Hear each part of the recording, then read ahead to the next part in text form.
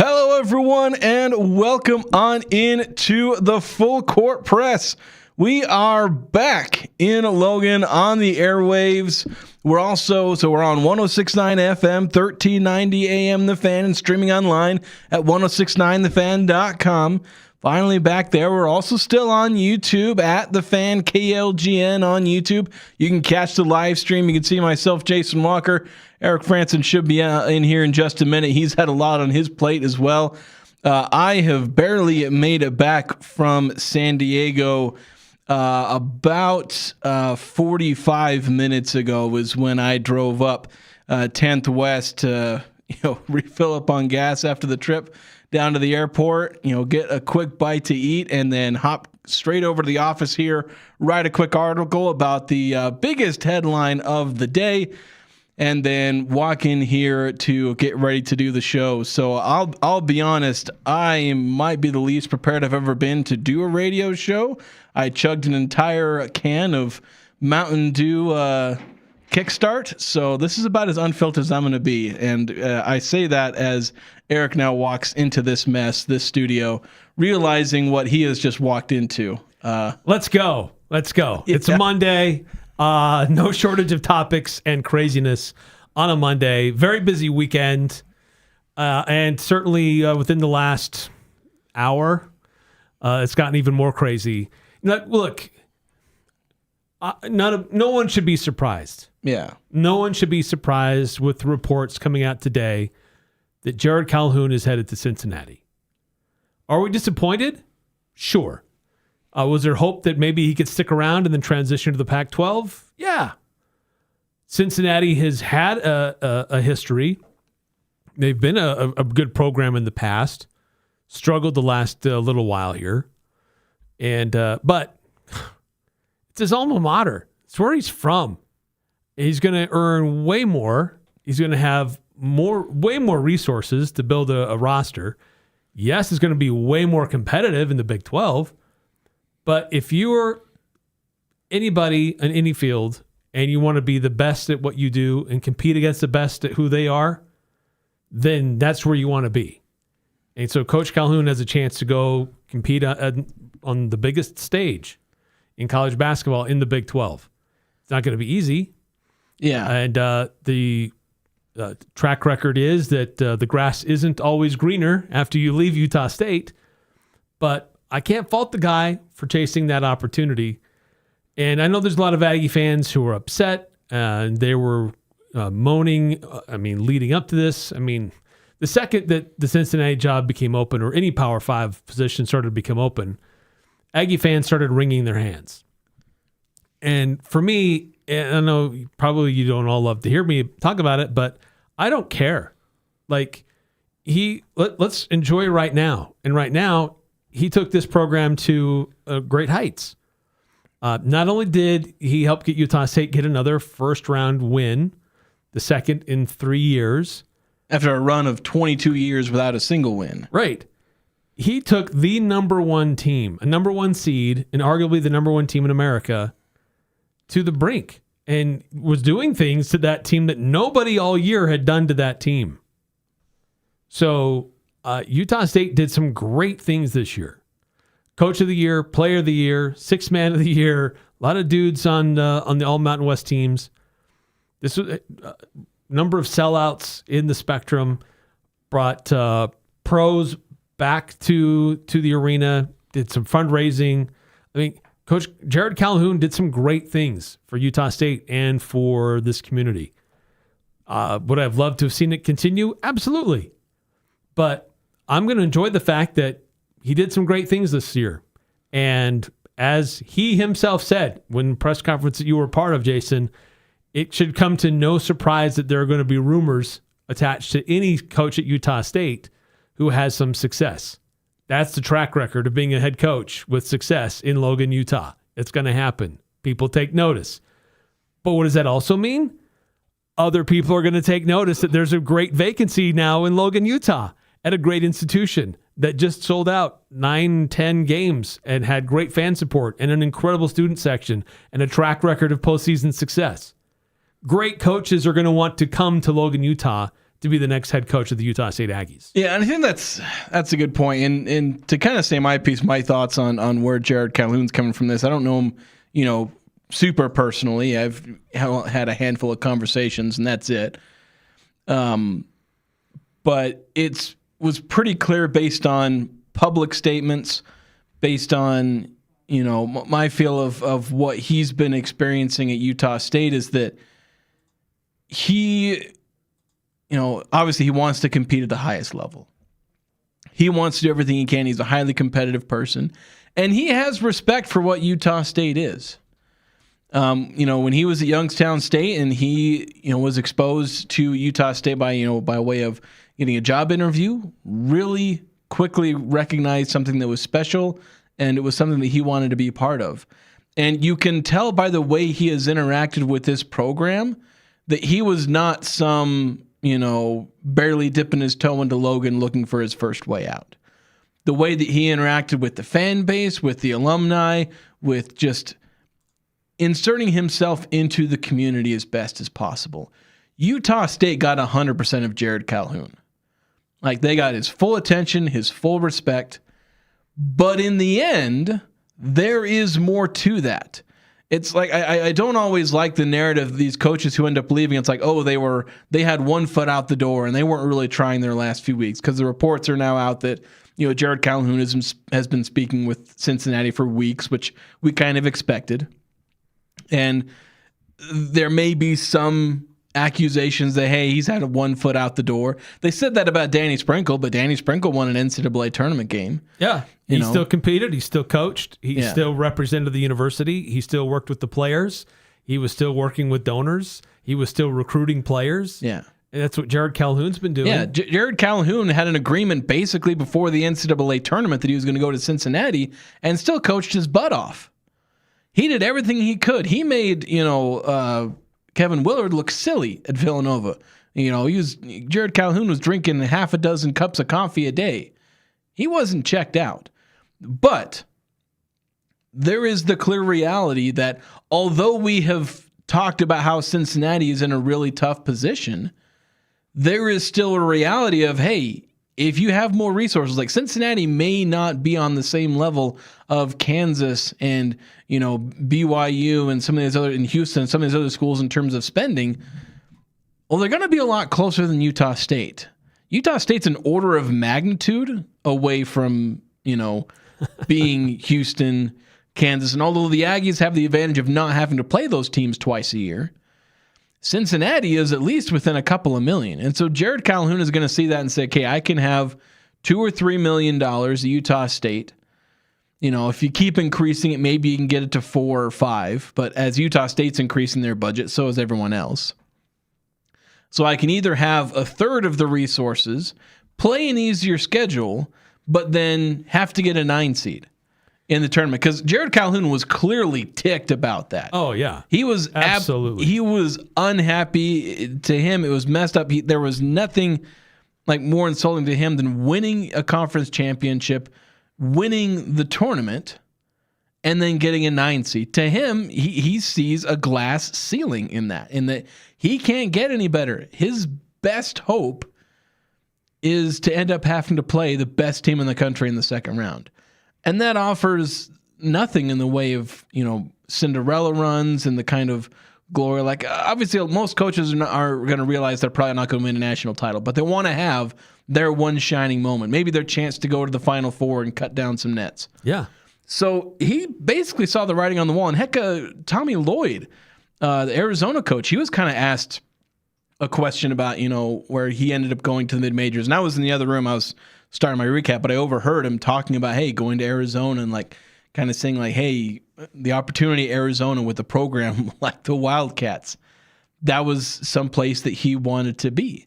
And Jerrod Calhoun doesn't want to end up, I shouldn't say stuck with the mid-major, but if you are at a mid-major school, while he can have lots of success in conference championships, he's not going to have the success in March, because the committee's not going to respect his team no matter how well he does. He could win 30 games and he'd be a 7 seed. And that's just not going to be enough for him. And he's always going to be having a third of the NIL budget. And he's always going to have to be constantly fundraising, constantly overperforming. And the second he doesn't overperform by like 3 times what his competition is, the second he doesn't do that, he's winning 15 games and he's, potentially going to get fired. So for him, while I think he absolutely, enjoyed his time in Utah State, respects the heck out of the Aggies program, there is a reality of college basketball that Coach Calhoun is very aware of, very cognizant of, with how much he pays attention to the analytics and the bracketology. He's way more plugged into that. And so he believes that even though Cincinnati is going to be a challenge, it is highly likely he goes in there and flames out. Not to say that that's like, an indictment of Jerrod Calhoun or really an indictment of Cincinnati's program. It's hard to be successful as a basketball coach anyway. Anytime you change jobs, you put yourself at risk for the transition to not go smoothly, for you to get off to a rough start. And if you get off to a rough start, it's really hard to recover from that. Yeah. So much like with Danny Sprinkle, fantastic head coach, things have not gone well at Washington so far. They've not gone complete dead. There's still a chance for him to kind of recover if he can hang on to some of his young players, but he's hanging by a thread. Craig Smith went to Utah, and it was a disaster. Yeah, flamed out. Didn't work. Absolutely great coach. Flamed out. And that's just the nature. Good coaches flame out. It happens. And so while there is that obvious risk, Jerrod Calhoun believes in himself. And we'll see if it pans out. We'll see if the gamble pays off, because it is a gamble. But Jerrod Calhoun would rather take the gamble of having a $10 million roster and having to put that up against a $20 million roster than having a $3 million roster and having to go up against the $15 million rosters in March and, having to go up against the Arizonas in the first or second round. So that's where Jerrod Calhoun has decided to butter his bread, and I don't blame him one bit. No. Look, he came to Utah State from Youngstown State. How many of you really understood Youngstown State was going to have a great basketball coach? Yeah, I mean that one came completely out of left field, but it was a great hire, and he worked out great. He rolled into a system that was already used to success. He rolled into a school in a conference that produced good programs and competed at a high level. And so that's what Utah State has to look for now. They have to do it all over again. Now, this is going to be Cam Walker's first real test as an AD as far as hiring goes. I think there's other news happened today that answered some of the other things about the true test of Cam Walker, and we'll get to that a little bit later. But how is he at hiring and finding talent? Because before, one of the common threads through the coaching changes in basketball, at least, was Jerry Bovee. He was on the staff with Craig Smith. He made the hire of Danny Sprinkle. He did that because there was an interim deal, and he went to the Final Four and found his guy. He was also on the staff and definitely part of the process with Diana Sabo with Jerrod Calhoun. Now, he's out of that mix. So it's, can Cam Walker, can he kind of follow in those same footsteps and find good talent? And those others that were involved, it's not just Jerry Bovee, but there were others that were involved with that. Can they hit another home run on getting another hire? That's part of, I think, the concern for Utah State fans. Like, it's been unprecedented what they've done with the amount of turnover, finding coaches who still have success. And maybe we're thinking the law of averages suggests that eventually you're going to miss. And so far they haven't. But it's also a high-profile program among mid-majors with a nice trajectory and success behind it. So I'm not overly concerned here that we're going to be going into some cold winter of Aggies slipping behind. Yeah, so here's where I think the Aggies are well positioned for the future, and in the phrase I use on social media is they're well positioned and now more well funded. They're getting $4 million from this. It's a nice compensation package for losing a fantastic head coach. The buyout. Yeah, that can essentially pay, that in and of itself can just pay for your next head coach. His entire first contract. hopefully first of more than one, essentially. But yeah, then all the monies that they've been accumulating can be more directed towards the roster. Yeah, toward the roster, toward, again, Utah State is typically their last, like, all these head coaches they keep losing, they come in with a default, payment of $900,000 is their salary, their total compensation. Most end up getting offered more than that after their first, year or two. Calhoun was the only one who actually really took that offer. So he was actually getting paid almost $2 million by the end. But here's the thing, like, Utah State obviously has, they're well positioned in that, as you said, they attract good coaches. And to me, it's not that Utah State has had this one person who has just been able to hire good coaches. Because, yeah, Jerry Bovey's been a common denominator, but he's only made the final decision once. So this is something that goes beyond, the athletic director, beyond the athletics department. This is something that has been consistent for Utah State. It basically goes to the core of what Utah State is. They attract the best coaches, and so Utah State has a lot of good candidates to pull from. And they've been smart about it. They don't go for the flashy hire. And that's something that you have to really respect, because Jerrod Calhoun was not a flashy hire. There were people who, when he was hired, they're like, really? That's who you went with? Yeah. And turns out he was a fantastic hire. And, guys like Craig Smith and Ryan Odom and Danny Sprinkle, they were, solid hires. I mean, Ryan Odom was probably the flashiest because he had that, win at UMBC over Virginia. But, Craig Smith, he'd done well at South Dakota.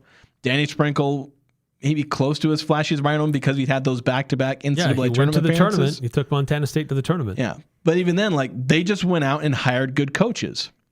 Wherever, you could find them, whether it's somebody who was outperforming their resources at Youngstown State, whether it was somebody who had clearly been able to build up Montana State, or someone who'd managed to prove themselves as a great coach at UMBC and get high-profile wins. Whatever it was, Utah State has been able to go and find good, high-quality candidates. And, no matter the AD, no matter who's sitting in the big seat, whoever's making the final decision, their job is kind of made easy. So it's Cam Walker's job. He's got a pitch that's thrown right down the middle, swing for the fences, good chances you're going to hit it. And then whoever can step in as a head coach, provided that Cam Walker doesn't strike out and make a bad hire, they're going to be well-positioned and well-funded to go out there and have one of the most high-valued rosters in the Pac-12. You're not going to be beating Gonzaga out for that title. And San Diego State certainly has, a lot of funds they can put toward it as well. But Utah State's right there. They can be there in that top three, having a roster that is similar, if not equal value to some of the best. And where Utah State has constantly overperformed a low-funded roster, imagine giving them a well-funded roster with a great coach, with a great program, with a venue like the Spectrum at your back. That's something where Utah State can be really well positioned going forward. So while it's never fun to lose a great head coach, and you can't blame any Aggie for not being happy about this situation, basically the only way things can go bad is if they just hire an absolute dud of a head coach. So as long as Cam Walker avoids that, and again, there is ample reason to believe that Utah State almost has a hard time hiring a dud coach. Again, because of the pool of candidates they're going to be drawing from. Yes, there will be some great candidates who will emerge, who will want this job. They're going to get guys who are experienced, who have success. They will bring in somebody who has a track record of success, and then they will be well-positioned, well-funded. They'll have a great community at their back, and at that point, it almost becomes impossible to not succeed. Over the last 8 years, you've had 4 different head coaches, 4 different styles, 4 different personalities, and they all worked. Yeah. So absolutely. I know we got a lot of texts. We got a lot of texts, and we got to take a break. So a lot of you want to weigh in, and that's fine. And we'd love to hear from you. 435-339-0321. That's the Young Power Sports of Logan text line. Big news today: Jerrod Calhoun looks like he is headed to Cincinnati. Reports that happened this afternoon that they have zeroed in on a deal which would be about 6 years. and an NIL budget. I've seen reported anywhere from $8 to $10 million that he gets to play with. That seems pretty underwhelming for Cincinnati. Certainly a lot more than what he was getting for Utah They were State. claiming $15 million, like saying that he was going to get like 5 times, which I guess 5 times of $2.4 million is roughly $10 million. But yeah. So anyway, lots to get through, and love to get your comments and reactions to that news today on the Young Power Sports of Logan text line.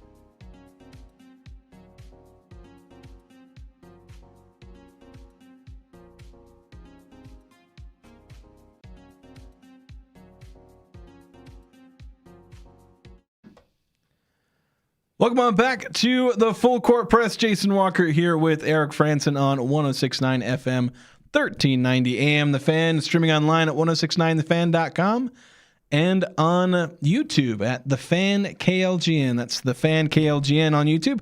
You can find us streaming. You can see my face. That's not necessarily a good thing, but I took a picture of myself at Viejas right after I finished my recap.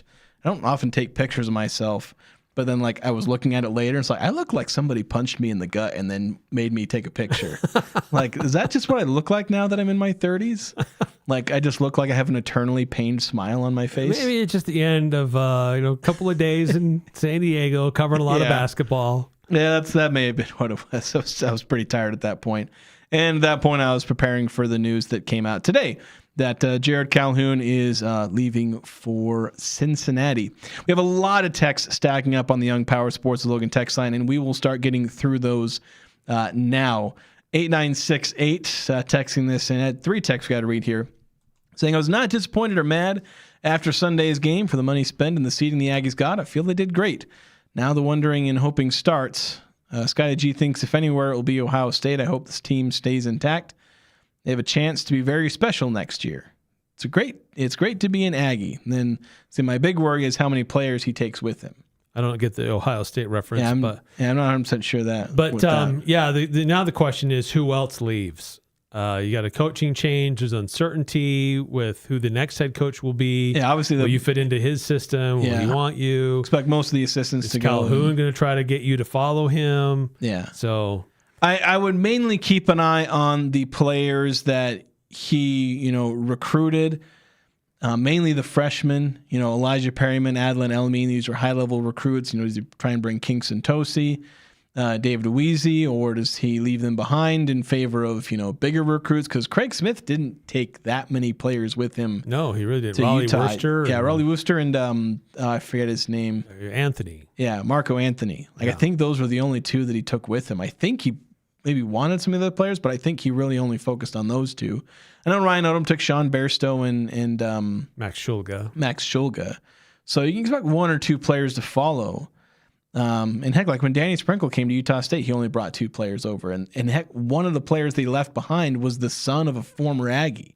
Like, he left behind a guy with Aggie ties to come and came to Utah State. So there's not a guarantee that every single player is going to follow him, but there is a likelihood that Jerrod Calhoun will want at least some of those players. And Mason Falslev is obviously someone that Cincinnati fans are kind of salivating over, saying, oh, he's definitely coming over. And while Mason Falslev is he's an Aggie lifer in one sense, there's also a big paycheck that could come his way. And the fact that while he obviously has ties to Utah State, like, he's got ties to Jerrod Calhoun, and that his best 2 years as a basketball player have been with Jerrod Calhoun. So there's some, there's some back and forth. There are conflicting interests, conflicting, paths that he could take. Is just going to come down to what Mason Falslev wants. Right. Yeah. But he's kind of the main one. Well, the biggest thing, right, anymore, like if you're not a graduating senior and your eligibility has run out, you're basically in the portal. It's safe to assume everyone's in the portal. Yeah. Everyone's in the portal every year. Everyone is in the portal until the portal closes. Whether they've entered it or not, schools, other programs are going to at least make inquiries about your availability and interest, whatever level you're at. So fans, just get it in your head when the season's over, everyone's in the portal. Until the portal officially closes and no one can enter. And heck, even wait a day or two, because then it'll be like, oh, it turns out somebody entered the portal last second. We didn't find out until a day or two later. Until Aduje. Yeah, basically until like 2 days after the portal is closed, everyone's in the portal. 5662 saying we're a pretty calloused Aggie fan base. Nobody's surprised by the Calhoun news. I just wish for once a coach would come out and say how it is. Stop with the BS coach speak. He knew for a week what was going to happen. Give Calhoun credit, though, for still game planning and coaching like he meant it. Finishing out strong. It would be nice if he had told his players before they landed and found out from their phones Cowards was out, much like his buddy Sprinkle. Hope nothing but the worst for his basketball success and that he loses to the Cougars twice a year. And that's saying something. We'll reload in Aggieland. Always do. Yeah. So the question is, which Cougars? Yeah, I assume in the Big 12 you're going to face a couple of them. But there's a report that the team wasn't told beforehand. They got on the plane this morning, flew into Ogden, and as they touched down and people were able to turn their phones on, the news was spreading, and everybody pulls out their phones and like, wait, what's this? So I guess Calhoun very upset about the timing of that he didn't get a chance to address his team first, but it's just reports. I don't know if that's confirmed. But yeah, well, I mean, it's always tough. But as far as like, I know fans like, you should let us know. Like, you should let people know. How's a team going to play when they absolutely know, like, hey guys, I'm on my way out, but go and play hard for me one more time. It's like, it gets weird. It gets confusing. Yeah. Well, the focus should be on the team as a whole, the collective as they are. And in this modern environment, coaches and players, they don't know from one year to the next how everything's going to be different. Yeah. So they just play for the guys that are sitting next to them right now and playing for the coach that's in front of them right now, because in a few months, it's going to change. Yeah. So, I mean, I think in the sense of like telling the fans, no, that's not something, PR-wise, and I'm pretty sure it's like literally against their contract to do something like that. Can you imagine in early February 2 years ago, Danny Sprinkle is like, you know what? There's this job in Washington that's opening up. I mean, my family's from there. I have great memories there when I was a kid. I'm the front runner to be their head coach, but we still got a couple of months here. Let's keep fighting. Go Aggies. Yeah. Everybody's like, oh man, this guy's like he's distracted and he's not focused on the team. I mean, it would be madhouse. Everybody would be upset with him. You can't say that publicly, but I think at least for the players, and especially once you've already come to that arrangement, because you know who had a job lined up and it was known publicly and all the players knew about it and nobody cared? Eric Hout. Yeah, that's true. He was literally tweeting out stuff about Tarleton State and saying, go Tarleton State, can't wait to be there, all this stuff publicly. And you know how many of the players cared? Zero. They were excited for him. Yeah, they mobbed and said, yeah, go be a head coach. And, you know, are you going to get that same kind of reaction for like the head coach? Like it's a little bit different where with the assistant coach, there's a promotion and you're excited for him to have that promotion. But do you not trust your players to be emotionally mature enough to realize like, hey, you know, this is the reality you're in as a head coach. You don't want that to get out public. And I guess that's probably why he doesn't want to tell the players, is some of them may not keep it quiet. But like, these are the guys that, you know, you put a lot of trust in, that your entire job is, you know, your success as a coach is predicated on these players and trusting those players. Yeah. When you're in the heat of competition, you want to believe that you have that the people watching out for each other have their best interests at heart. Yeah. And if you think that the guy who's coaching you is maybe got a foot out the door and he's already talking about where to buy his house and who he's going to have on his staff at the next gig, then your heart's not going to be in it as much. Yeah. And so if Calhoun was upset about the report coming out early, that's his own fault. Yeah. Like it's his own fault for not trusting his players with that news before the leaks come out, because they were going to come out. They were obviously going to come out. They're always going to come out. 6294. Good for Calhoun. I just get tired of every coach coming here and saying the same thing when they get here. I wish they'd just say, I'm here until I get my dream job or a job with more money. At least it would feel more honest.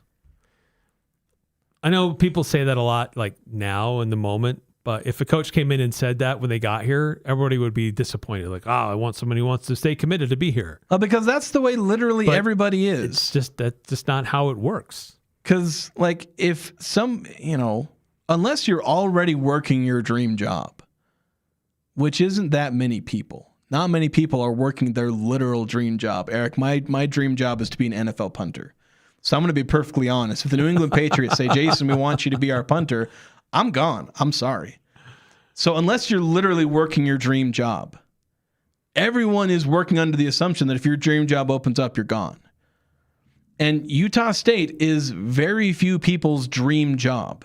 Like, I'm sorry, that's just not like it's your last stop. Yeah, it's a good job, it's a great job, but it is not very many people's dream. At least not people who are qualified to do. You know, I'd love to coach Utah State basketball, but nobody wants me to coach Utah State basketball for a good reason. So everyone who is qualified enough to do the job successfully at Utah State, basically none of them have Utah State as their dream job, or would be put into a position where they'd be content enough where like there's no other job they'd rather take. Like Rob Nielsen loved coaching Utah State. Wasn't his dream job. That was BYU. And so if you want to continue, because you know why Utah State keeps hiring, all these fantastic coaches, because they don't settle for that one random guy with the Aggie ties. Like I had somebody say, hire Jalen Moore as a coach. Like Jalen Moore is a great, AAU, program builder, but he's not good enough to coach the Aggies. At least I don't suspect he's good enough to coach the Aggies right now. Great basketball player, great basketball mind, but there's a lot that goes into coaching, and the experience at that level is just not there. Yeah, he could develop into that. I'm sure he could if he put his mind to it, but that is something that takes years. So the people who would be, an Aggie coach forever are often the guys who are not good enough to do the job. And so if you want Utah State to keep having these home run hires, go after the people who will do a good job. Don't go after the people just because they'll be at Utah State for 20 years. Because they might be here for 20 years, but they might not do anything. They might. Yeah, those guys are just extremely rare, as we found out today, too. Another big opening, Arizona State, Randy Bennett out of St. Mary's. And he was there for like 20, 25 years. Okay, but I think anyone at Utah State would take 20, 25 years out of anybody. Yes, but even then, like, you're just not going to get a lifer. I mean, those guys are just really, really rare anymore. 5452, Eric, I don't disagree with anything you said about Calhoun, but this sure does get exhausting. Calhoun begged and begged for money, got a bunch, and now we started all over again. I also don't like what I'm hearing about how the team found out he was leaving, that players learned about it once they had landed and had service again. The Goodman story had run and their phones began going off. Calhoun had plenty of time to let them know before they found out on their own. I'm just bitter because I'm so tired of no stability for longer than 2 years. Yeah, it gets mentally exhausting that you have to turn over coaches, staff, and rosters every year. But there is some level of stability, and that's that at the end of the year, there's going to be a number larger than 20 in that win column. And would you rather, take the stability that Boise State has over the last 8 years, or what Utah's like? Just honestly ask yourself that. Would you rather have Utah? What's more exhausting? Yeah. Is winning exhausting? Is going to the NCAA tournament exhausting? I'll take that. It's exhausting for me, but that's because I have to fly there. Is it frustrating that it's different coaches all the time? Yeah, maybe. Yeah. But I will take the wins. I will take the Mountain West success. I will take the NCAA tournament invitations over having a coach that's okay, but maybe not really, really good. Yeah, I think this just kind of has to be the law of Utah State fan, and I hate dismissing, fan exhaustion over the coaching staff, because obviously we should point out, hey, don't get too beat up because look at the success of the Aggies. But obviously the fans are exhausted over this. It is annoying as heck. I get done writing up about Utah State, losing their final game of the season, their season ending after a great run, and it's like, all right, season's over, we get to fly home, and you realize I've got like 2 more weeks of we sleep until May type of work, and the fan base obviously too, because we know, like, hey, there's going to be a new coaching search. So we got to introduce a new coach. We got to, watch for which players hit the portal, although that latter would happen whether or not they have a consistent coaching staff anyway. But yeah, it is obviously exhausting. But it's the solace that Aggie fans need to take, that there is a high likelihood of success despite this.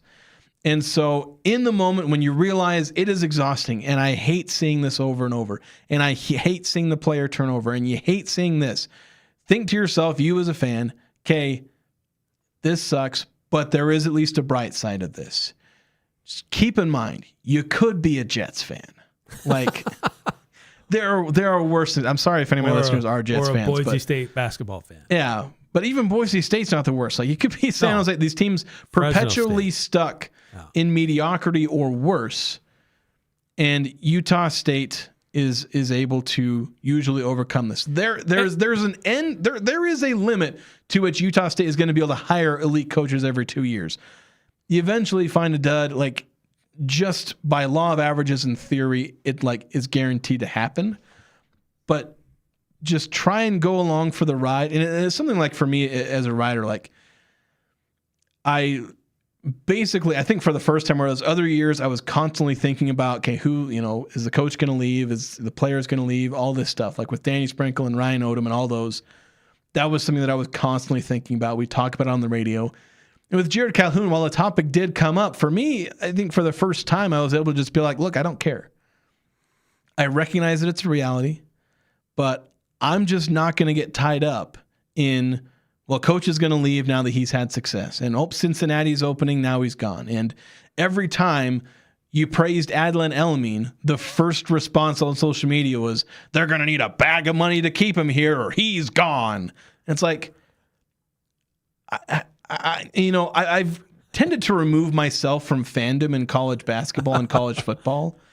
I've kind of removed my emotional attachment, but so maybe there's something there I'm missing with how just I've wired my brain at this point, but I just can't fathom having that be my first thought. Like, you can't enjoy something in the moment. No, I know. Like, early in the season, somebody does something good, and all the fans are like, oh my gosh, oh, we're never going to be able to keep him. We're never going to be able to afford to keep him. It's like, we still have a lot of games to play. Let's enjoy what he's doing right now. Let's not corrupt the moment by worrying about the future, and just enjoy what's happening in the present.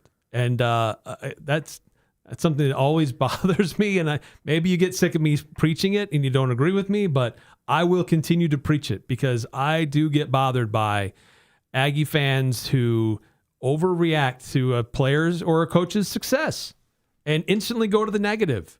I mean, can we stop it? I mean, let's enjoy it. Let's stop freaking out. Yeah, again, let's enjoy the success. Yeah, again, I never want to dismiss fan feelings because I am a big advocate of however you want to fan, that is valid. But as a personal advice to fans, whether you want to take it or not, I don't know if you want to take advice from a random sports radio host, but don't let the future ruin the present. Yeah. We got a lot more texts coming Yes, we through. do. And we need to take another break. Take another timeout. Keep them coming. We're going to keep cycling through these texts as long as we can. Keep going on these tirades every chance we get. So keep sending those texts. We'll be back after this here on the Full Court Press.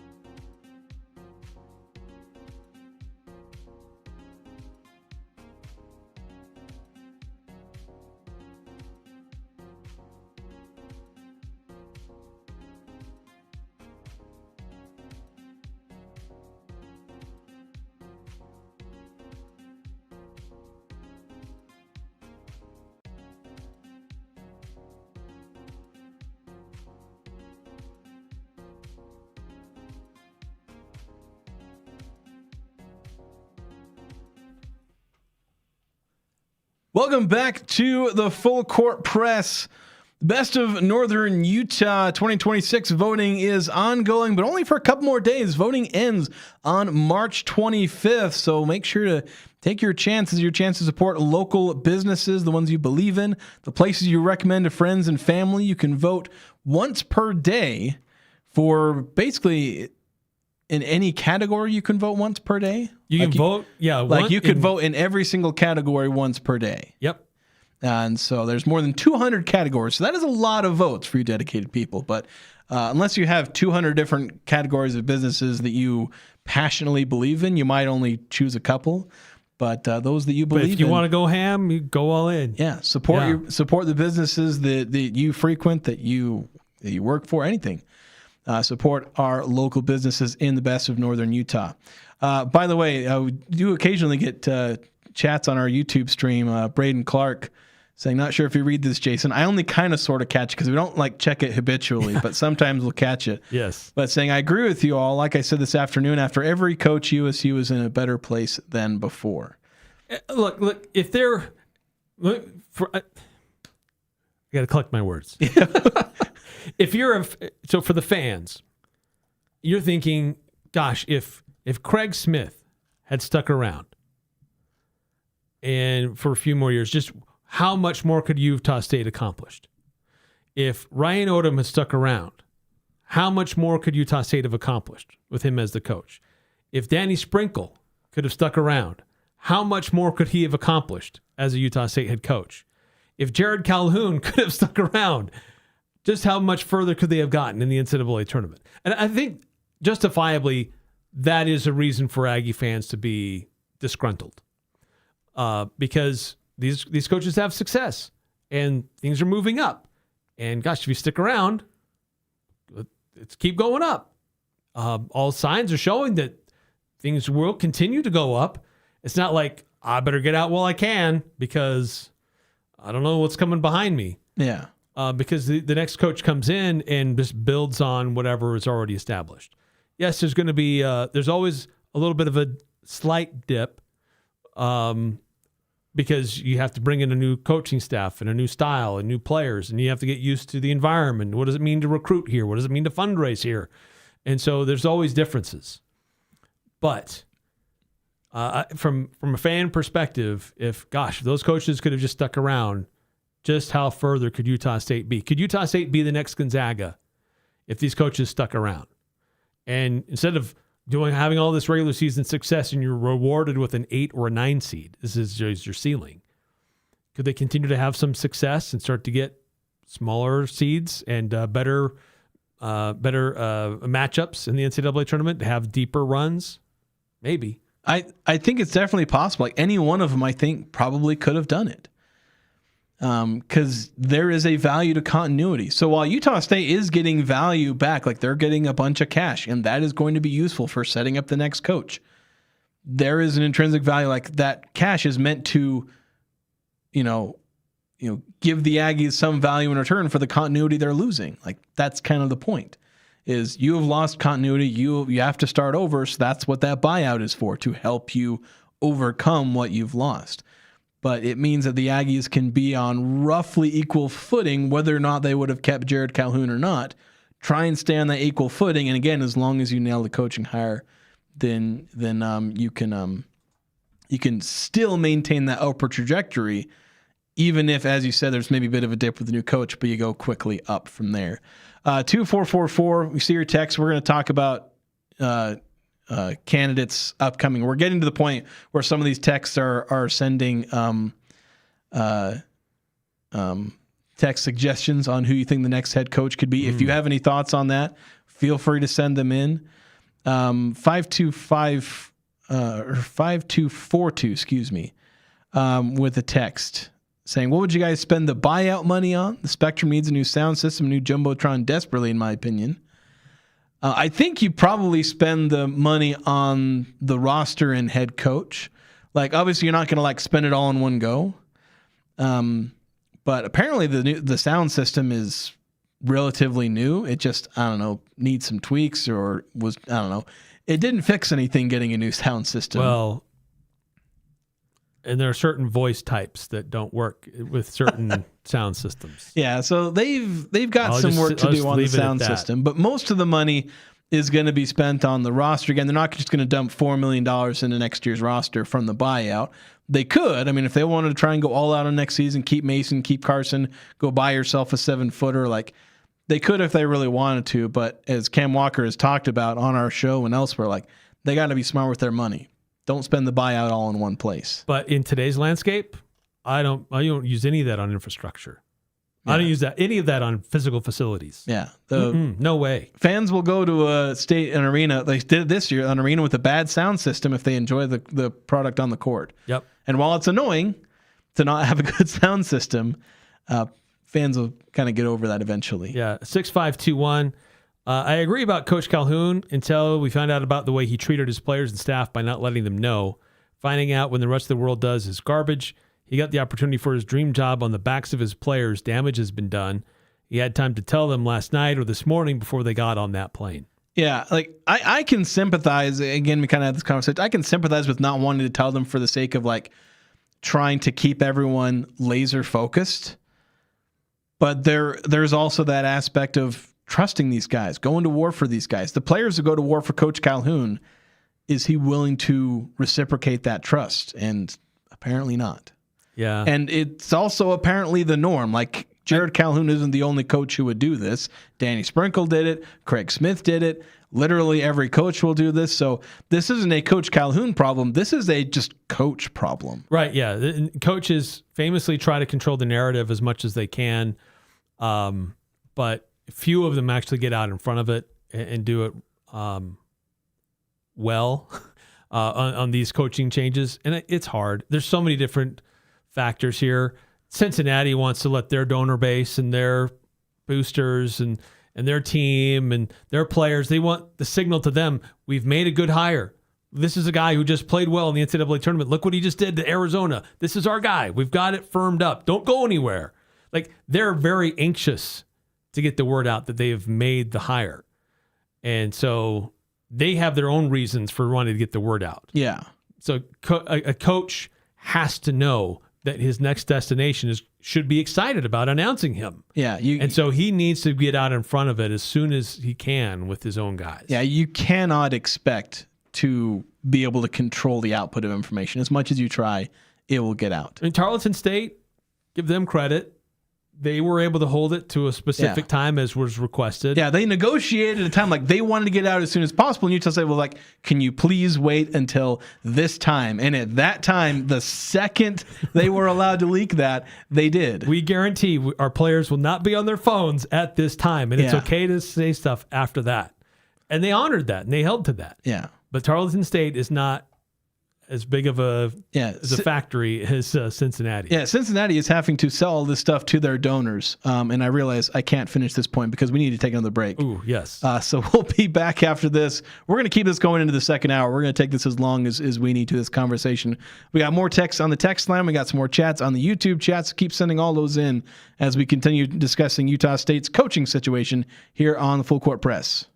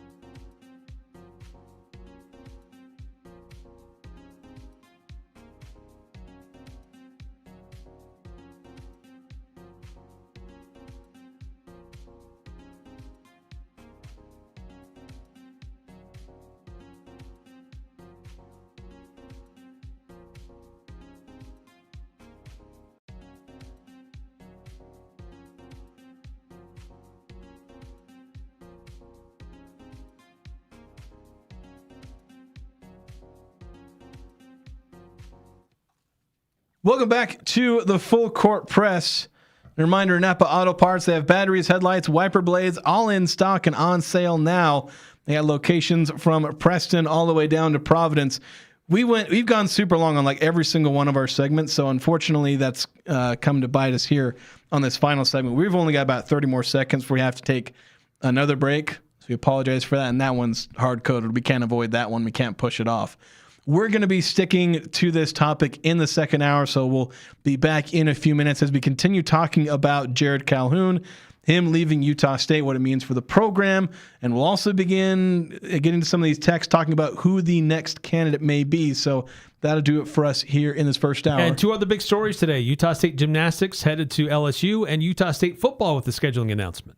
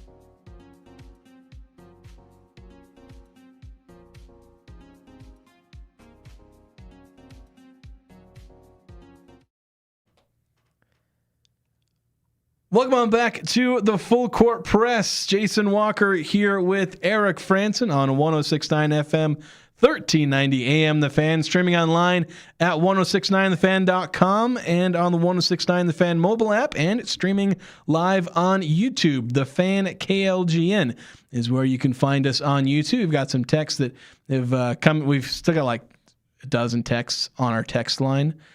I will say for 4446, I understand the frustration. Let's lay off on the insults, though. We don't need to be insulting to people. But we went through the full first hour. We both gave our thoughts on Jerrod Calhoun leaving. That's where a lot of the text reactions have come in. Jerrod Calhoun leaving for Cincinnati. You gave our thoughts on what it means for the program. We're going to continue getting to some of these texts as well as some of the chats on YouTube, so long as I'm able to catch them, because I'm not always paying attention to the chat on screen. But keep sending in your thoughts. We will get to them, and that's basically what we're going to jump right into. We do have some other topics we'll see if we can get to. As long as you guys are wanting us to talk about this Jerrod Calhoun situation, we'll do that. But we've got Utah State gymnastics. They've had a heck of a season, on par with what the Aggies have been doing in basketball.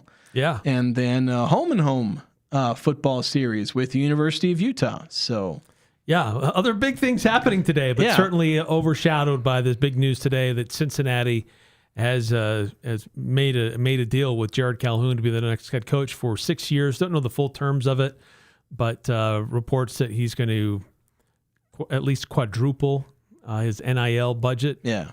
And certainly he'll get a big raise as well. Yeah.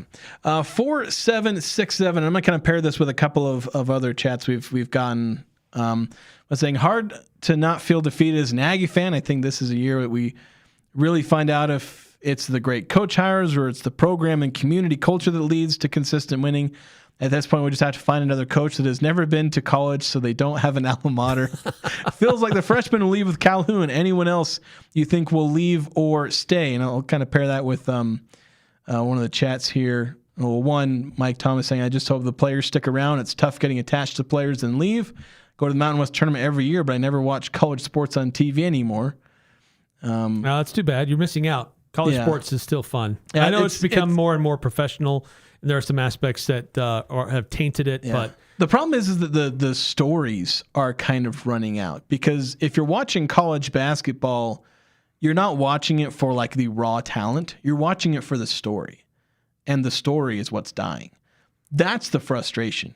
If you want to go watch the best talent in the world, go watch the NBA. Go watch EuroLeague. There's some fantastic basketball being played over there.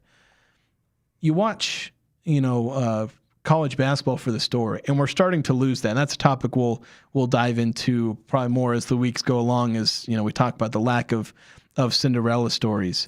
Let's see, 4396. I don't blame Coach for leaving. Grateful for what he did, and it was fun while it lasted. Everyone has a price and a dream job. I get that. I hope it works out for him. But as an Arizona fan, second to my Aggie fandom, I hope he only ever has a 0 in the W column against Tommy Lloyd. I have seen, unless there's some overlap with some social media accounts, maybe some of the texters, there seems to be a lot of overlap between University of Arizona fans and Utah. A lot of people that have like dual citizenship in those fandoms, which again, I'm perfectly fine with. I have no problem with dual citizenship fandom, especially in college where there's 300 teams. There have been multiple teams that I like. Usually it's just the teams that I have ties to. Like I have family who are BYU fans, so I'll maybe I shouldn't say it out loud that I've ever rooted for BYU in my life, but it's happened. But other colleges, heck, I kind of like, a lot of them tend to be mid-majors that I kind of start rooting for, like VCU, which I don't know, maybe I shouldn't be rooting for VCU either because that's where Ryan Odom went. But there's teams that you pick up and like on, but there's a weird like volume of Utah State, Arizona, University of Arizona. True. Like dual fans. It's just a weird coincidence, I guess. 2551, Cincinnati fan here. Yeah. Thanks for tuning in. Obviously excited about the Calhoun hire, but we have so much respect for the Utah State program. A lot of times, especially in the non-P5 schools, success follows the coaches. Utah State is the outlier where the success is made there at the school. It's hard to go through coaches so quickly and maintain success, but Utah State has, and I have no doubt they'll continue that. It's a heck of a job, and I love checking in on games and watching the student section. Good luck on the new coaching search. I think Cincinnati fans can appreciate the, being a mid-major. They were once upon a time. Yeah. Of course, they were one of the trailblazers in being a mid-major. Granted, Conference USA had some powerhouses back in the day, but was the conference? I keep mixing up who was in the American and who was in Conference USA because I think I was doing that with Memphis. But Cincinnati obviously was able to kind of pull themselves out of that on the strength of both their basketball and football programs. So there can be an appreciation from Cincinnati. At least, hopefully, most of them recognize that. Some Cincinnati fans, obviously, very reasonable. Some have been a little bit more snarky about it. Yeah, but Cincinnati has had they've had a history of success. They've been in the NCAA tournament. They have sent guys to the NBA. They've had moments where they've slid, obviously, and kind of been a forgotten program.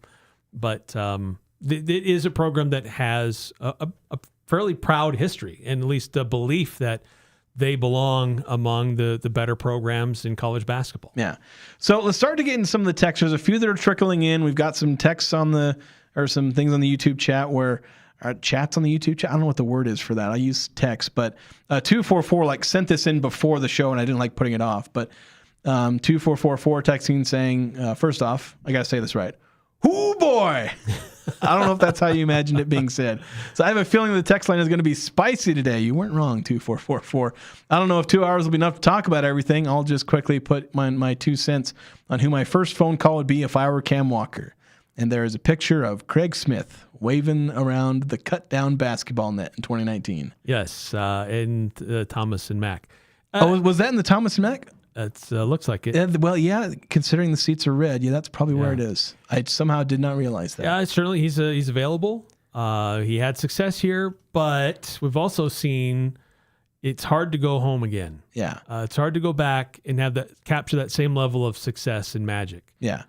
And do it? Maybe. And I know there's been more texters, and I don't know if we've read them, but just in scanning a few of them, people have said Craig Smith. And, we had someone on the YouTube chat saying that, and let me I'll put my 2 cents here. And that is, you've heard me on these airwaves. Those of you who've listened to this show loyally have heard me defend Craig Smith. A lot of people have tried to kind of retroactively say that he was more of a flash in the pan. He was just a product of having Sam Merrill, and that he wasn't a great recruiter, and that, some of his assistants were the reason behind Mish Keta and all the other guys who were brought in, trying to bring in a laundry list of reasons why Craig Smith wasn't actually that impressive. And I have defended Craig Smith against those, I don't know, accusations sounds like a harsh word, but against those storylines. But despite being a Craig Smith defender and his capability of coaching, as someone who is also a student of at least sports history, and in some cases actual history, or more non-sports history, I should say, because sports history is still history. Still history, yeah. But as someone who tends to use past, the past as a helpful predictor of the future, I am just 100% against retreads. I have a hard time, hiring retreads. Somebody gets fired, after having a failure, you see this in the NFL and NBA, it's just a bunch of retreads circling around. Yep. These 3 guys got fired, in this conference, and those 3 guys got fired. And they all kind of play musical chairs in the NFL. I'm at times against that because I'm a believer in get the up and comer. There's a reason that guy got fired. There's a reason that happened. Sometimes a change of scenery can happen, but it can help. But usually you want to hire the guy that's up and coming that may not have the head coaching pedigree, but can be successful. And of course, that's my thoughts with college coaches. So hiring a retread can be risky in of itself, but hiring a retread at your own school, when has that ever actually gone well? If somebody for those who are suggesting Craig Smith, this is my request for you guys, and maybe I should go research this too. It's kind of my job, but find me an example of somebody who went back and it was successful that second time in football or in basketball. Find me one, but especially basketball if you can find it, and ideally find more than one because we can pick out a bunch that weren't successful. Close to home. It basically just never works. Sure, Craig Smith was successful the first time, and I will defend his tenure and his capabilities as a coach. But just having seen the history of retreads at the, going back to the school, heck, Joe Scott, I think, was a retread. And you can pick out reasons why maybe it didn't work the second time. But the fact of the matter is, you can pick out excuses for everyone, but inevitably, all of them fail. So there's a common denominator. Like, I know people get attached to Craig Smith, but the last time Utah State went through this, where we want a head coach who knows Utah State and had success before and helped kind of revive a program, we did that before in football, and it didn't work out. Yeah. And I don't see it where in Craig Smith has a lot of those where, like, obviously he didn't, completely revive the way that, Gary Anderson. I had Blake Anderson in my head, and I was like, that's a different first name. Yeah. Gary Anderson, revived the football program after like a 50-year, drought. For Craig Smith, it was like 3 years where he got back to kind of the Stu Morrill days. But still, he helped rebuild the basketball program, revive it from the Tim Duryea era. And so, he's basically kind of the one coach that actually built Utah State up from mediocre to great, where all the other coaches had just kind of carried the torch. Right. In most cases, carried it upward, but still, they were passing on the torch from a good position. But even with all of that tied into Craig Smith, I just don't believe in the idea of rehiring a head coach, because it has basically never gone right for anybody. And so while Utah State fans say, well, why do people keep hiring away Utah State's head coaches when they never end up working? Craig Smith and, Danny Sprinkle, maybe even Coach Calhoun in the next few years. Like, if you're going to try and cite that history and try and convince universities that it's not going to work for you because it's almost never worked for anyone else, maybe don't fall into the same trap when it comes to rehiring your old head coach, because it's never gone right for anyone else. So don't make the same mistake that way too many other people have made. All right, we got a lot more text coming in when we get to 3714. Sent a text in earlier asking about Craig Smith. I think we just answered that. Then how about Todd Phillips of Utah Valley? He won't bail when he wins the Pac-12 next year. Yeah, I think that's a worthwhile. It'd be a worthwhile look at the very least. I think he'll probably have some interest. Of course, Utah Valley is actually in the same position as Utah State. They can't hang on to they've basically been a factory of head coaches. Yeah. For other programs. So Utah State would unfortunately be leaning into that and kind of inflicting their own fate on somebody else. But yeah, he's been a quality coach who has outperformed his resources. Utah State, you can say they're the third in terms of resources, I guess, at least theoretically, second or first, depending on performance. Like they're third in resources, but are arguably the best. Arguably the best this year. They've been on par with BYU in a lot of sense. So they've outperformed in the state of Utah. UVU is like right behind Utah State. UVU, I would argue, is better than the University of Utah. And they have basically nothing in terms of resources. And or fans. Yeah.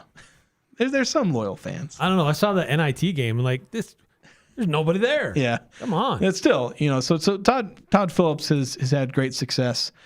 At least it had good success. Obviously, there's some failings he's had, but of course, Jerrod Calhoun had some of the same failings. He could never get to the tournament, but Todd Phillips has won regular season titles and done well with Utah Valley, so he'd be worth a look.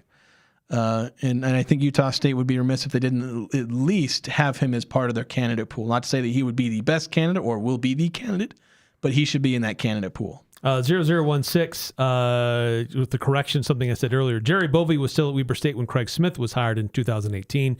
Jerry joined Utah State in 2019. That's right. I misspoke there. I was thinking of Ryan Odom. So he was on staff when Odom was hired, not when Craig Smith was hired. Yeah. Then he was also part of the hiring process for every coach since then. Yeah, but it speaks like where Jerry Bovee was a common denominator for some of the hires, like Utah State's ability to hire good head coaches is not tied to any one person or group of people.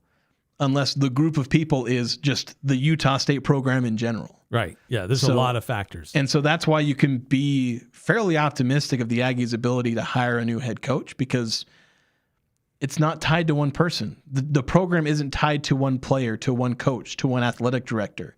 It's tied to the people of Cache Valley. Yeah. And then there was another follow-up. Also, hopefully there is a team that has played in Logan similar to Youngstown State, who played in Logan in 2017 and sold Calhoun on the Spectrum atmosphere. So we'll have to go back through and look at coaches who were at mid-majors who maybe have come into Logan over the years. Eric Olin, but he's already snagged from New Mexico. But maybe he maybe how much is it? How much is it? Because Eric Olin's a name that a lot of Aggie fans are parading around. Yeah, I don't think he'd leave New Mexico for Utah State. It seems a very lateral move. 1818. It is exhausting, but USU is in a better spot after every coaching change. When Smith left, we were better after Odom left, better after Odom left, and better after Sprinkle left. Yeah, part of this because if you hire a coach that is as good as the predecessor, then you have a coach that is as good as the one you just lost, and you have more money. So all that it comes down to is just hire a good head coach, and you will literally be better off because you're richer, and the only thing you've lost is some continuity, which nobody has continuity anymore. So you're not really that far behind anyway. Yeah, but you certainly have momentum on your side. 2947, amazing season, and the Aggies overperformed. We should have won that Arizona game. Thanks to Coach Calhoun. Very obvious he was gone, especially when Cincinnati rumors dropped. More important question is, who's returning and what do we have next year? Falslev staying? Remind us who is leaving. Go Aggies. Yes, okay, so who's graduating? Yeah. Definitively, who will not and cannot be back? So I'm going to try and do this off the top of my head, but I'll probably have to double check myself. But Drake Allen, MJ Collins, Gary Clark, Zach Keller, Colby King. I believe that's it. Now I'm going to go double check, but it is at least 5 where those are the guys that cannot stick around. They have no eligibility left. So let me double check just looking at the roster now. So yeah, MJ Collins, Drake Allen, Colby King, Gary Clark, Zach Keller. That is indeed it. Everyone else, Mason Falslev, Carson Templin, Adlin Elmin, Elijah Perryman, Tucker Anderson, Luke Kearney, Jordy Barnes, Braden Bowe, David Weezy, and Kingston Tosi all have 1 to 4 years of eligibility left. And it's safe to assume they are all in the portal. Yeah, just assume that every single one of them is in the portal, and they are at this point choosing which team they will go to with. And I'm not going to speculate who's going to come back and who's going to go. Yeah, it's not fair. Impossible. It's not fair for me to speculate. I would just say for Mason Falslev, his history of staying through multiple head coaches suggests that he has strong emotional ties to Utah State, or just strong ties, emotionally or literally otherwise. And so that favors him wanting to stay here at Utah State, but there are so many different things that can be happening behind the scenes that would lead him to either stay or go. If Mason stays one more year, he's going to have his jersey retired. Yeah. I mean, he may have his jersey retired no matter what. Oh, if he leaves, based on what he's done. If he leaves and doesn't play his senior year here, it's not happening. It'd be harder to pull over on some people to be done. But if he stays, he will have his jersey up there. Not retired, but he'll have his jersry in the rafters. He'll have his number honored. He will go down as one of the great Aggies of all time. Yeah, there'll be a number 12 hanging on the rafters. Yes. 2305 texting in. Let's see, a couple texts. See, did we read any of these? Good for Coach Calhoun, but let's move on. What are the dates? The portal is open, so Aggie fans can follow the dates to get players for next year's roster. Jason will look that up while I keep hitting some of these other texts. I like how you knew what I was looking up before we... Well, once your fingers start going to the keyboard, I knew that's what you were looking at. And then did the Aggie assistant coach who took the Tarleton State job have any ties to Texas, or would he have been a good candidate to replace our coach and stayed? And then also enough of the Calhoun talk, what he did, what he didn't do, the time frame and all of that. I think it's time now to focus on the future. This is going to happen. It's not a surprise. Let's move on and figure out who's going to be here for the future and what we can look forward to next year. Yeah, so we'll continue. So we can. I can't tell you the last part there.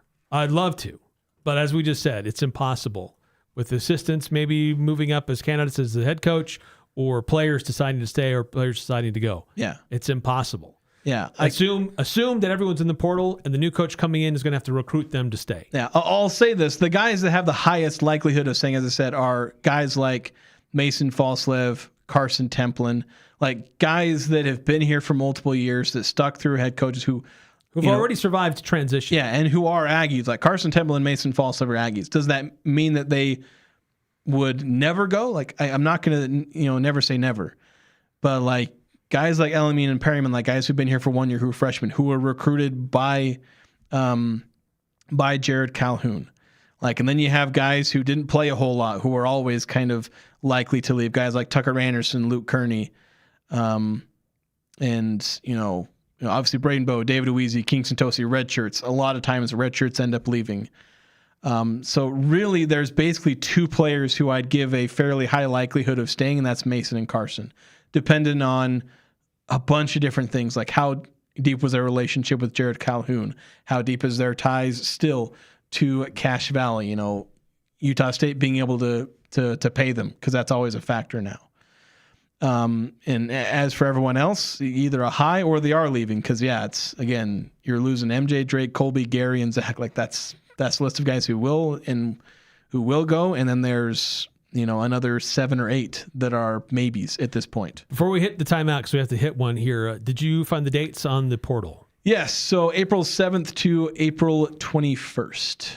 So that is when the portal opens and then closes. Only 2 weeks. It's been shortened to 15 days after it used to be open for like a month. There are already players who are declaring their intent. Yeah. They can't officially enter the portal yet, but there are players around the country who are already declaring their intent. Yeah, so essentially the portal is already open, because there's no rule saying you can't announce you're going to be in the portal. And basically what those players are doing is they're announcing, you can go ahead and just tamper with me. You can contact me, even though it's technically not supposed to do, like, I ain't going to snitch. I'm available. Yeah, I'm available. So the portal is effectively open, though not literally open, and it will be open until April 21st. Yeah, we got to hit a break. We'll be back after this, continuing to get to your text here on the Full Court Press, 106.9 FM, 1390 AM The Fan, and streaming live on YouTube at The Fan KLGN.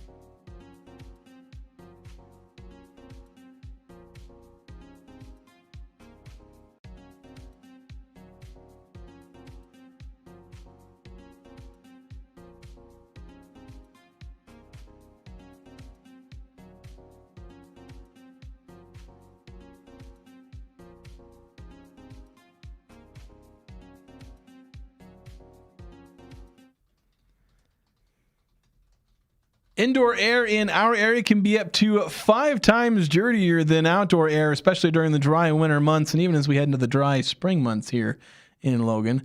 Dry air keeps dust and allergens floating longer, sending them deeper into your lungs and making sickness more likely. Mountain Valley Heating and Air installs high-efficiency steam humidifiers that use 1 gallon of water with no waste to improve air quality. So call 435-753-5170 for a free in-home air quality assessment from Mountain Valley Heating and Air. Now, we've got to go rapid fire through some of these texts because we've gotten a lot of them. We're not going to be able to opine on as many of them for as long as we've wanted to. Although I do have to say, Curtis Roberts on the YouTube chat with 2 good realistic coaching hires for football and basketball, saying John Calipari at he says St. John's, but he's at Arkansas, and then Nick Saban in college football. Oh yeah, let's go get him. So yeah. They'll come here. Nick Saban doesn't have a job right now. So no, yeah, he's available. At least not a coaching job. 6521 on the Young Power Sports of Logan text line. Saying, I understand keeping things under wrap, but the game was over. He owed them the courtesy and respect to hear the news from him. He had the time to let them know before this hit today. Hopefully some of the players will think twice before they follow him to Cincy, especially if the money is comparable. Hiring note, would love Olin at New Mexico, especially if Jake Hall comes with. So I looked up coaching salaries in the Mountain West. And Calhoun reportedly made $1.85 million this year, which sounds crazy. I mean, how much that's risen in the last 5 years. Eric Olin at New Mexico reportedly made $1.2. His buyout drops from $2.6 million to $2 million.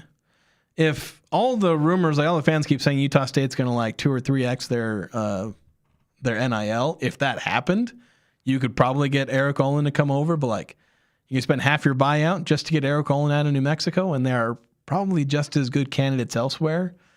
It makes me think Utah State, while Eric Olin would, again, be a good hire, I don't want to say that he's not. There are just circumstances that would lead them maybe to other just as qualified candidates. Yeah. 9310 texting in, has Cam Walker ever hired anyone?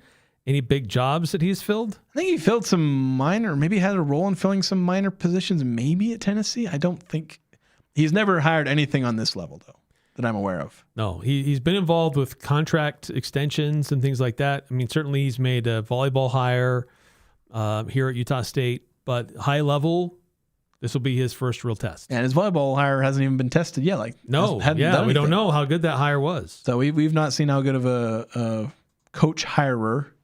Should be a word for that.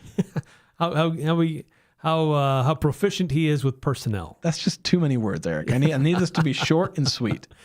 6391. I'm more worried about the players that will leave than the coach at this point. Yeah, like honestly, if you would have told Aggie fans, Coach Calhoun leaves, but everyone, all the players stay, I think a lot of Aggie fans would actually take that. Oh yeah, okay.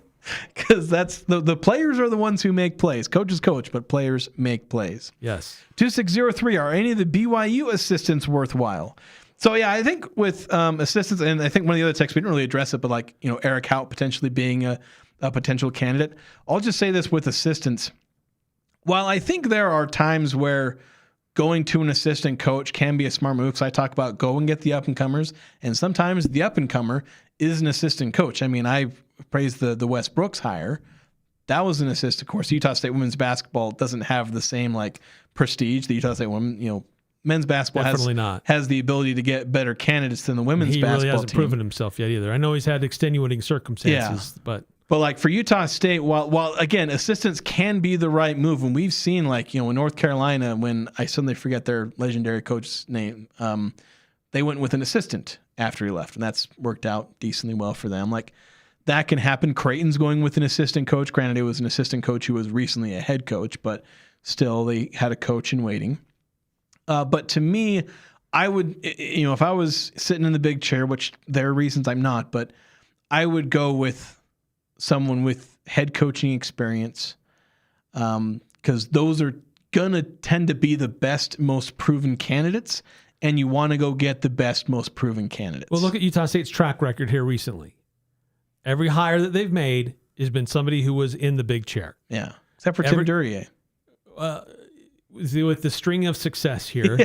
Well, I'm saying all the successful coaches they hired were that's sitting head I'm coaches, and the one they didn't was the assistant coach in waiting. Right. So I think that the framework, the blueprint, it's already been laid out. Go find somebody who's already a proven winner. Just give them a bigger platform with a great fan base and a little better budget to operate with, and let them go to work. Also, there are a few other texts from 2603 that we missed. Congrats to the gymnastics team. Super cool. It's disappointing about Calhoun, who are our next options. High Point's coach. I believe he was a coach at SUU at one point. He's got a pretty big buyout, and I think he signed a contract extension in February, like this February. So I think that's going to be a no. While, again, great candidate. For similar reasons, I think the coach at UNC Wilmington, but he also, he's got a string of successes there, but he signed a big contract extension. So there are a lot of great candidates who have larger buyouts because of recent contract extensions, or with Eric Golan, just a recent contract in general. He's a first-year coach.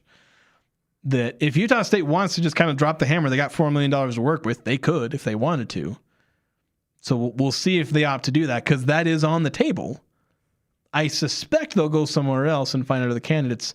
But if they find that candidate pool isn't as deep as they hope, they could go for someone like that. But also, High Point is apparently a lot more well-funded than people think they are for a low-major school. Yeah, 9663. Craig Smith, he brings in Peterson and keeps players. Craig left because of Hartwell. He would be the next Stu. Gary had problems no matter where he went. Not the same. Okay. As far as bringing in Eric Peterson, unless he's been recently fired, he's the head coach at South Dakota. You're going to get him to leave his head coaching position to go be an assistant. Yeah. I mean, if he got fired, ask. if he's not employed, but yeah, he's currently a head coach. While it is possible for guys to go from head coach to assistant, it happens. I don't necessarily see it happening in this case. And 5452 says no to Craig Smith. Yeah, I know that may be a hot debate. Like, if Craig Smith still has that fire of being a head coach, but like, I think you could be in a similar world with Gary, because like Gary obviously had that competitive fire and was a great head coach, and then kind of seemed to lose it. And Craig Smith, the fact that he hasn't like immediately gotten a head coaching job like immediately after, like the Wes Miller, the former Cincinnati coach, he's already got another job. Yeah, he did not spend a lot of time on the beach. Yeah. And just being idle. Like, so he found another job right away. So to me, that's kind of another knock with Craig Smith, is that I just don't see him being ready and ready to be his old self, because that's what you need. You need 2019 Craig Smith, much like Utah State wanted 2012 Gary Anderson. Yeah. But when it was 2020, you can't have Gary Anderson from 8 years ago. You can't have 2019 Craig Smith. And I think that's the problem that we run into. As much as we obviously respect what he did before, you can't guarantee it's going to happen again. 8968. I think there's a few texts in here. Oh yeah, send in a couple more saying, let's hope the athletic director has a few good candidates waiting in the wings, and also saying I wouldn't trust Smith after all he left. Yeah, he basically left the same way that Danny Sprinkle and Jerrod Calhoun have, where we're criticizing Jerrod Calhoun. Like, Craig Smith is honestly maybe worse, where he was on the phone with the athletic director telling him he wasn't leaving. Right. As he was like walking into the door of the University of Utah. A few hours later, he's like, oh, look, this place is amazing. I love this place. I've always loved this place. Yeah. It's like, what? 5338, actually. We need to get that one first. Oh, yes. Before USU spends that $4 million buyout, they may have to spend some of that money on a buyout for the next coach. Yeah, that may be where they spend a decent chunk of that buyout. Like, if they wanted to go after an Eric Olin, or, again, the High Point head coach, I've already forgotten his name, even though somebody already said it. But that could be something they spend that money on. Like, that $4 million buyout may just be like Cam Walker saying, all right, this is our budget for our next head coach, buyout and maybe the first 2 years of his contract. That may be how they decide to spend that money, then reserve everything else they have in the wings for the roster. 8003 saying, are there any rumors about players leaving with Coach Calhoun? It's mostly Cincinnati fans saying that they're going to get Adlan Elamine and Mason Falslev. Like, there's wishful thinking from Cincinnati fans and followers. But the same thing that's going to happen whenever Utah State hires their next head coach. Fans are going to immediately go to the roster and start saying who's got eligibility left and who's coming with. Yeah. Like, that's the thing that they're going to do, which I'll be honest, I did that with High Point earlier. I was like, if they do hire the High Point head coach, Are there any players with Who eligibility? could come with him? They're all seniors, by the way. So 4767. Since we're going to a high major conference, I think we need to poach an up and coming coach from a mid major program. Looks like we need to give Olin a call, tongue in cheek. well, that's where I think like Eric Olin is kind of a realistic coach, even though you call it a lateral move. Like you go from New Mexico, obviously a great program, to Utah State. Like with where Utah State is going as a program, the increase in resources they're getting, the conference they're going to be in, you want to be with Utah State or you want to be in a one bid Mountain West. Yeah, but your path to the postseason is a lot easier now at New Mexico. Because it's never easy in a one bid conference. No, that's true. Because your path is win your Grand conference Canyon's gonna tournament. be breathing down their necks. Yeah. So like you gotta win 3 games in March. That's your path to the NCAA tournament, and you get to be a 12 seed. Like that's New Mexico's path to the NCAA tournament. Utah State's path is you can finish second or third in your conference. That'll get you an 11 or 12 seed. You win your conference, you're a 4 seed. Yeah. Yeah. 9315 with the host of texts and nominees, I guess, for the next position. Jason used to be cool, but now he's said rooting and BYU in the same sentence about himself, so I don't know. I'm sorry. I root for the teams that my family have ties to. Like I've become a Packers fan partly because my brother roots for the Packers, even though I'm much more of a Patriots fan. And then, it's a family thing. Okay, a couple of nominations here. Richie McKay, who's at Liberty, and I don't know if he did like a Chat GPT thing or that. He's got like backgrounds and bios on these guys, and we don't have time to get into all the bios. But Richie McKay from Liberty, Bob Huggins, no, Cincinnati and West Virginia, and then Quanzo Martin from Missouri State. So that's not a name I've heard, but like the one thing that I've learned is that I could come up with a name or a list of names, and then Utah State these are rehires. Oh, the ones that have worked? Oh. After a moderate first stint, 2007-2009, McKay returned to Liberty in 2015. I guess I should have read the extra stuff. Bob Huggins. Come on, Eric. Why aren't you actually reading the text on our text direct line? rehire. He had success at Cincinnati before returning to his alma mater, West Virginia. And then Quanzo Martin coached the team from 2008 to 2011, returned to Missouri State for a second tenure, marking a direct rehire. I will look into and Bob Huggins doesn't count because he goes from one school to another school. Bob Huggins doesn't count. The other two I can look into though. So thank you for doing the assigned homework 9315. I'll look into it as well. But until I look into that, I'll maintain my stance of no rehires. But I'm willing to change my mind in the face of really good evidence. We'll see if that evidence gets presented. But 9315 helped me with the start there. All right, we got a lot more text coming through, but we got to hit another timeout. Yeah, we got to hit another timeout. We'll keep on this. We got about 7-8 more texts, at least that have come in so far. I haven't checked the YouTube chat in a while. But yeah, we'll go through more of these texts here on the Young Power Sports of Logan text line and on the text chat on the Fan KLGN over on YouTube. We'll be back after this.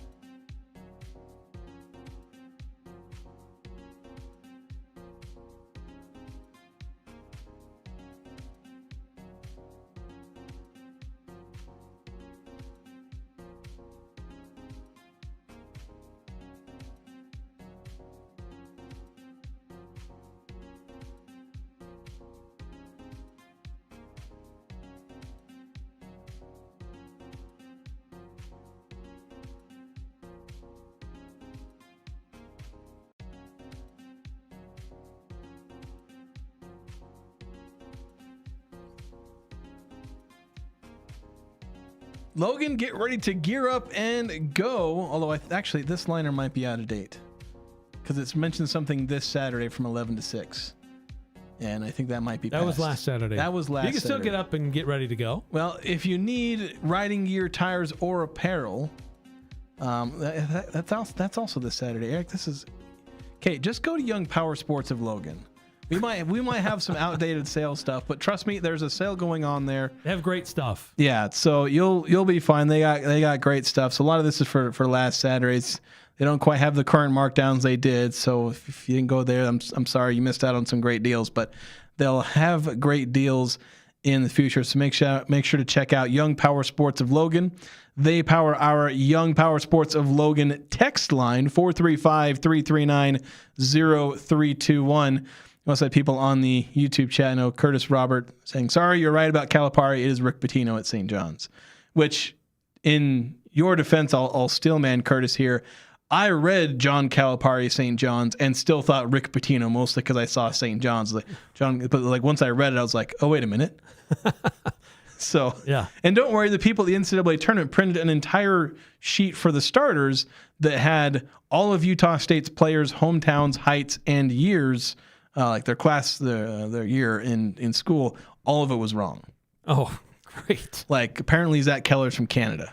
Wow. So, and not, Colorado. So 8632 texting in, if anyone suggests Craig Smith Aggie fandom card removed, he has zero idea on how to navigate the NIL landscape.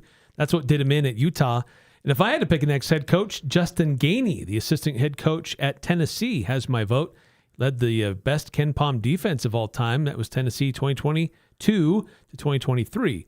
And certainly Cam Walker was at Tennessee. So yeah, there would be a familiarity there. I had that thought because it was like, okay, does he hire one of the assistants? Especially where I think Tennessee's made like 4 straight Sweet 16s or something like that. I thought I saw something to that effect. They beat Virginia. They beat Ryan Odom, so they know how to beat former Aggie coaches. I don't know if that's makes it any more sweet. But yeah, that was kind of the thought I had. Is like, does Cam Walker lean into Tennessee connections? I mean, Diana Sable hired a coach from Ohio. Like, that's where her roots were. Yeah, it wasn't from directly, Ohio State. Although there's Wes Brooks came from Ohio State. Yeah, Wes Brooks came from Ohio State. So that's something that could be a possibility if they're going to go the assistant coach route. That could be something there. I tend to lean toward sitting head coaches, but great coaches can come from anywhere. Look at Cam Walker's experience. He was at Central Florida. He was in Tennessee. He was at Utah Valley, wasn't he? Before he went to Central Florida?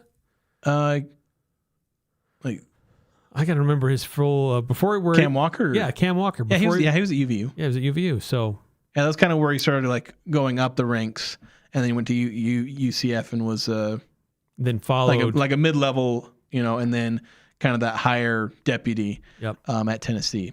7994 saying, coaches are coming back with success. John Calipari, St. John's basketball, and Nick Saban college football, both are huge exceptions. Biggest question now for me is how fast can we get a new coach so they can start recruiting? And that is... Yeah, I think the first part was probably a similar point in the YouTube chat. Maybe it's the same person. But the last line is right about how fast can the new coach get in here to start recruiting and be active in the portal before it opens to fill the roster and recruit to keep the guys that are already here. Yeah, that is the most important thing, I think, especially for getting a new head coach as soon as possible. 3261 saying, does the AD start negotiating with current players, or does that not start until the new coach is hired? The AD probably could negotiate with players, but I don't think that is par for the course. It's typically and when a coach leaves, you're automatically available to go into the portal. Yeah. I mean, everyone is effectively in the portal right now anyway. He's leaving before the portal opens, but if he left after the portal closed, then they would all be available to open up their recruiting again. Yeah. But 1818, shout out to Manny Martins. Indeed. Yes. One true loyal Aggie coach. There you go. Sticking around. 2122. Great season for the Aggies. Disappointed that going up offensive rebounds and free throw disparity cost USU the game. 11 free throws given to USU versus 39 for Arizona is crazy. Are giving up offensive rebounds. And also no retreads for you, USU coach, please. Yeah, Utah State when the other team, and this was part of the matchup preview, when you got a three front court guys that are all 6'7", 6'8", and 7'2", and they're all like 240 plus pounds. Yeah, Utah State was kind of doomed in the front court. Put up the best fight they could, but as Nick Saban once said, there's weight classes for a reason. Yeah. And Utah State found out pretty quick. Yeah, the rebounding thing was one thing, but not being able to hit your three-point shots, that was another. Yeah, 5822 saying Hubert Davis. Oh, and your question about North Carolina. But I don't think your question was about Hubert Davis, but it was reference. I was trying to remember who the name was that replaced. Oh, that was their legendary head coach? No, Hubert Davis is the coach now. He's the coach now. He took over for Roy Williams. That's the name I forgot. I don't know how you forget a name like Roy Williams, but I managed to do that. So 2104. What are your guys' thoughts and feelings with Calhoun's comments? We've heard it before, and then the coach still leaves. Do you feel he'll still be here next year? Oh, I guess that was a while ago. That text from March 6th. Well, let me tell you. I think he might be leaving. Yeah. And then is it true High Point coach has something in his contract that the buyout is less for Utah State? Saw something on Twitter. I have not done a grammar request, but if his buyout goes down specifically for Utah State, then that's wild. He should be on the phone 3 hours ago. Yeah. That's wild. That would be a wild stipulation in his contract. Or maybe it's like something like in Utah, maybe not specifically Utah State or maybe region, but like, yeah, if he got, because again, that's something you have to request. Yes. So if he wanted that in his contract, it means he wants to be at Utah State. So if that is true, maybe I can send in a grammar request for where is High Point? I have no idea. I'd have to figure out where it is and figure out their records request. I've got a records request cooking with Utah State about scheduling stuff, but that's going to take a while. 5231, Tony Skinn from George Mason is a name I've heard a lot. He's currently the head coach at George Mason. And people might be forgetting how mad Eric Olin got when New Mexico came to the Spectrum and the court got rushed. Would that not affect how he feels about USU? I don't necessarily think so. Coaches can get over stuff like that pretty easily. Yeah. Then 2409, if Cam Walker is as sharp as we all think he is, he's probably looking to see who is available before this week. I think he's been looking to see who's available for at least a week already. I agree. I think once that Cincinnati job came open, I mean, he probably already had some people he was kind of casually like monitoring, but once that Cincinnati job came open, he had to know, I need to put together a hit list of people that are top on my list. You got to have multiple irons in the fire, and I very much think that he has. So he'll already have his list, and he's probably been on the phone with a lot of those guys already, organizing, visits and all that kind of stuff. So as I said, I think Utah State is in good hands. I think they're well positioned. They are prepared for this. So while the players may not have known, I think Cam Walker was, especially where at the end it pretty much, I think Cam Walker probably got the idea, and I got the idea as well, that Jerrod Calhoun was playing Utah State to get more out of Cincinnati. Well, Cincinnati needed Jerrod Calhoun more than Jerrod Calhoun needed Cincinnati. Yeah, and so I think he played them for as much money as he could drag out of them by saying, well, I'll just go back to Utah State. And I think he would have. If Cincinnati couldn't give him as much as he wanted, he would have come back to Utah State. Yes. Because Jerrod Calhoun has did turn down multiple offers because he's smart. But Cincinnati ultimately gave him enough that he feels like he can succeed, and he kind of used Utah State. Not, and I don't mean to say that in a negative way. He used it in a smart way. Like, he was smart about it. Yeah. You don't like being used if you're Utah State, but use that leverage. Yeah, but that's just kind of how the world works. We got to take one more break. We finally got through all our texts. Yeah. So and there's other big news today. Yeah, there's other big news. Where we're going to have to dive a lot more into those things down the line, but we'll also do some more. I've been home for like an hour, 2 hours. We really at this haven't point. said, 2 sentences about what happened on Sunday. Yeah, so we'll get into this stuff later this week, so make sure to keep it tuned. But keep tuned for the next few minutes here as we wrap things up here on the Full Court Press.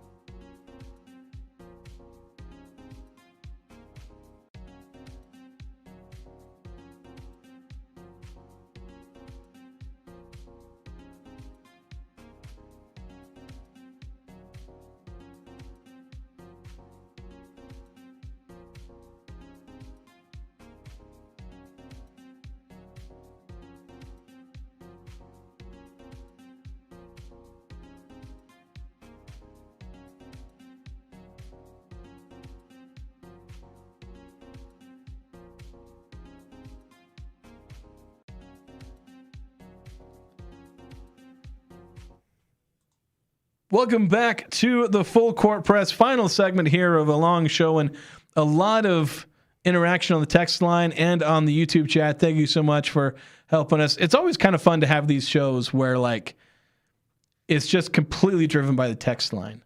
Like sometimes it feels like, oh, it's derailing us and we had other things we wanted to get to, but I really sometimes just love just reading the text for 2 hours. And just being able to, again, it's just being part of the community, which is the reason we do this show. Yes, that's why I love this job. It's not just a couple of dudes in a room doing a podcast, like spouting off our own opinions. Like this is live interaction. Yeah. This is one-on-one with our audience. And you have a voice, and we want it heard. We want to be able to interact with you and react in real time as things are happening. The text line can help us out in real time, like A968 helping us out. High Point is from North Carolina. Hey, there you go. So there we go. Thanks for the assist. Getting help. And we help each other, like when we make mistakes, like, saying, John Calipari with St. John's, or like, I'll make that same mistake. I can't remember who the North Carolina head coach is. Like, we help each other out. Yes. With all this stuff. That's right.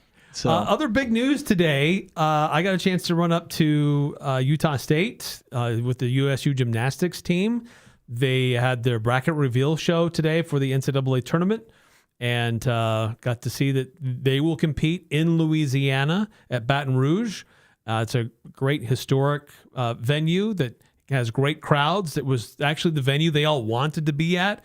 They're seeded with a number of other squads that they feel like they can compete against and have a higher likelihood of getting to that second weekend for gymnastics. So they're all really pumped and really excited about that. You can read more about that on Cache Valley Daily.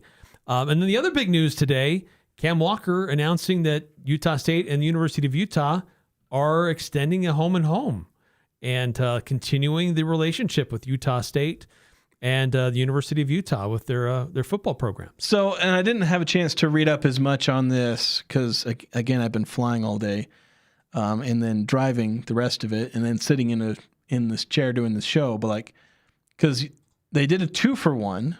That was the initial agreement, and this is a home and home after that? Is that how this is working? Or is there just, like, another... Like, how is this working exactly? Yeah, so... Because they've got an away game at Utah this year, and then I think another one in 2029. So Utah State announced a previously scheduled road game against Utah during the 2031 season. That'll get actually moved up to 2030. And then this new deal will be 2031 and 2033. So essentially just sticking a Utah State home game kind of... Because it was basically a 1 at home... 2 on the road, and then there's a home game getting stacked at the end of this. So essentially becomes a 2-for-2. Kind of. If you want to look at it that way. That's probably not what it contractually is, but... Yeah, so the Aggies will play in Salt Lake City in 2030. They will play in Logan in 2031, and they'll play again in Salt Lake City in 2033. Okay, so never mind. It's like 3-for-2, essentially. Yeah. That's kind of what the rate we're going on. Yes. Which is, I think that's good. Like, extending this kind of relationship with the University of Utah, I think is a good thing. Even if it ends up being uneven and will likely still be uneven as far as Utah getting more home games. If you can get 2 home games for the price of 3 at Utah, like that's, I think, how this, all this Beehive Boot stuff, the BYU, Utah State, like that's how I think that relationship can work, as opposed to, well, you're never going to play each other because BYU only wants to host Utah State in Provo. But clearly Utah and Utah State are willing to play ball with each other. So it's great for the fans. It's great for the state. It's great for recruiting. Happy to see this get worked out. Yeah, great for everyone. All right, that's going to do it for us today. Again, thank you so much for watching, listening, however you've joined us on today's program. Make sure to tune in tomorrow for more Aggie Talk.